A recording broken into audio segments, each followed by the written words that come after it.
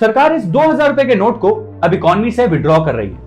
And इस बारे में अगर आप किसी से भी बात करो तो आपको सिर्फ दो तरह के ओपिनियंस मिलेंगे। कुछ लोग ऐसा सोच रहे हैं, नोटबंदी कोई गलती नहीं थी, नोटबंदी आपके ऊपर आक्रमण था।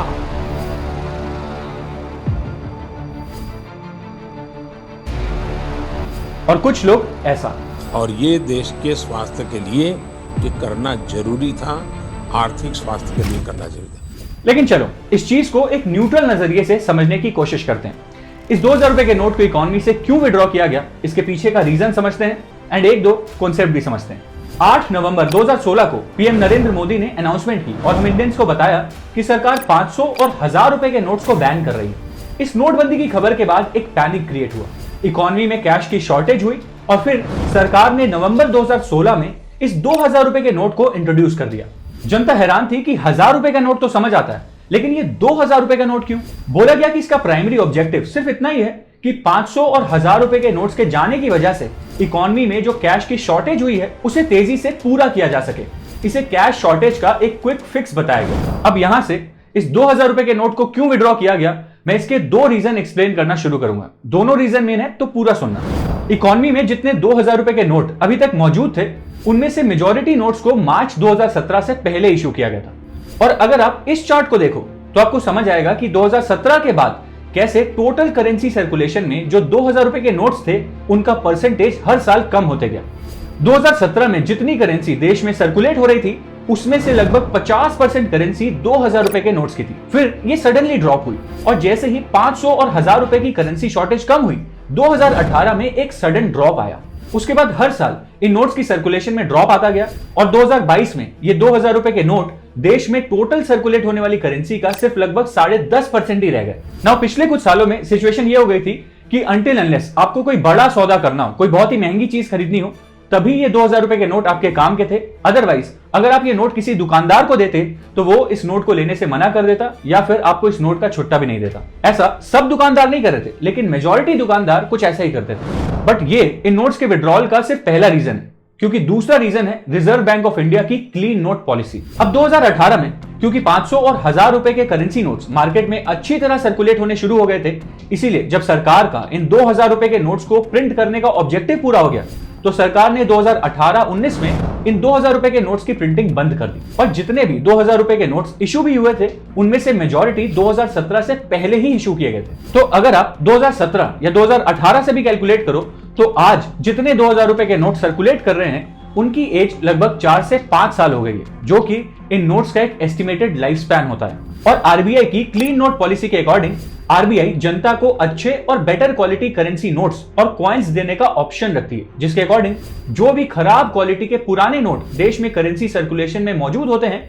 उन्हें विड्रॉ करने का एक ऑप्शन होता है। और पहले भी आरबीआई ने एक ऐसा ही डिसीजन लिया था कि वो 2005 से पहले इश्यू हुए हुए जितने भी नोट्स करेंसी के तौर पर सर्कुलेट कर रहे हैं उन्हें विड्रॉ कर लेगी और बेटर सिक्योरिटी वाले नोट्स को ही करेंसी के तौर पर सर्कुलेट होने देगी। लेकिन फर्क बस इतना है कि अगर किसी इंसान के पास 2005 से पहले इशू किए गए करेंसी नोट्स मौजूद हैं तो वो आज भी एक लीगल टेंडर है।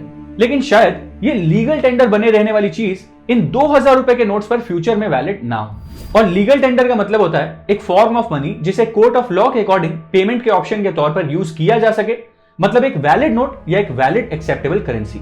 अब सरकार जो है इस नोट को विड्रॉ करने के पीछे यही रीजन दे रही है, लेकिन पॉपुलेशन का एक मेजर हिस्सा इस इवेंट को अभी भी उस पुराने नोटबंदी वाले इवेंट से कंपेयर कर रहा है। पर ये देखो 2020 में ये आर्टिकल पब्लिश हुआ था जिसमें पहले ही लोगों को पता लग गया था कि आरबीआई 2000 रुपए के नोट्स को रोल बैक कर सकती है। एंड इस आर्टिकल में यह भी बताया गया था कि कैसे जो फेक करेंसी नोट्स पकड़े गए हैं उनमें से 50% से ज्यादा फेक नोट्स 2000 रुपए के थे। और इन दोनों इवेंट्स में कुछ मेजर डिफरेंसेस हैं। और पहला डिफरेंस तो यह है कि जब 2016 में उन 500 और 1000 रुपए के नोट्स को बैन किया गया था तो उन्हें एकदम से ही एक रात में ही इनवैलिड घोषित कर दिया गया था।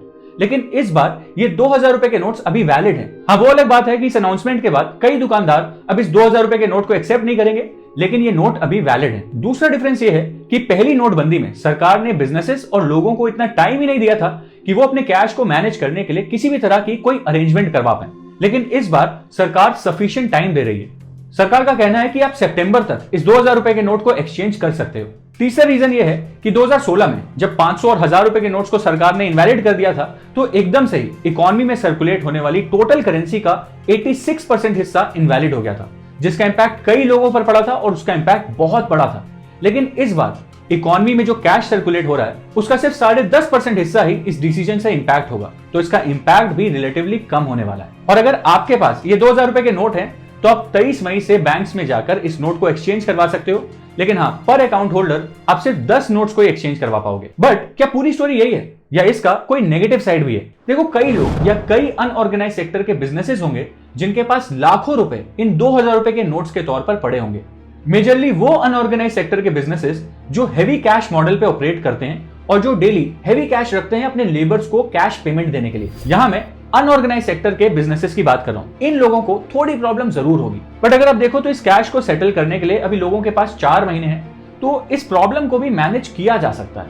बट हाँ, थोड़ी दिक्कत तो जरूर होगी। बट आई थिंक कि 2016 में जो नोटबंदी हुई थी उसके मुकाबले ये इवेंट बहुत अलग है एंड इसका इंपैक्ट भी थोड़ा कम है। हम इस चैनल पे कॉम्प्लेक्स टॉपिक्स को एक सिंपल तरीके से समझाने की कोशिश करते हैं। हम इंफॉर्मेटिव वीडियोस बनाते हैं जिससे या तो आप कुछ सीखो या आपकी लाइफ में कुछ वैल्यू ऐड हो। आज YouTube पे बहुत तरह का कंटेंट भरा हुआ है and you know what I mean, but हमारा एम ये है कि हम इस चैनल के जरिए आप तक क्वालिटी कंटेंट पहुंचाते रहे। अगर आपको ये वीडियो पसंद आई है तो इसको लाइक जरूर करना, हमारे चैनल को सब्सक्राइब कर लेना एंड हमें सपोर्ट करना। मिलते हैं अगली वीडियो में।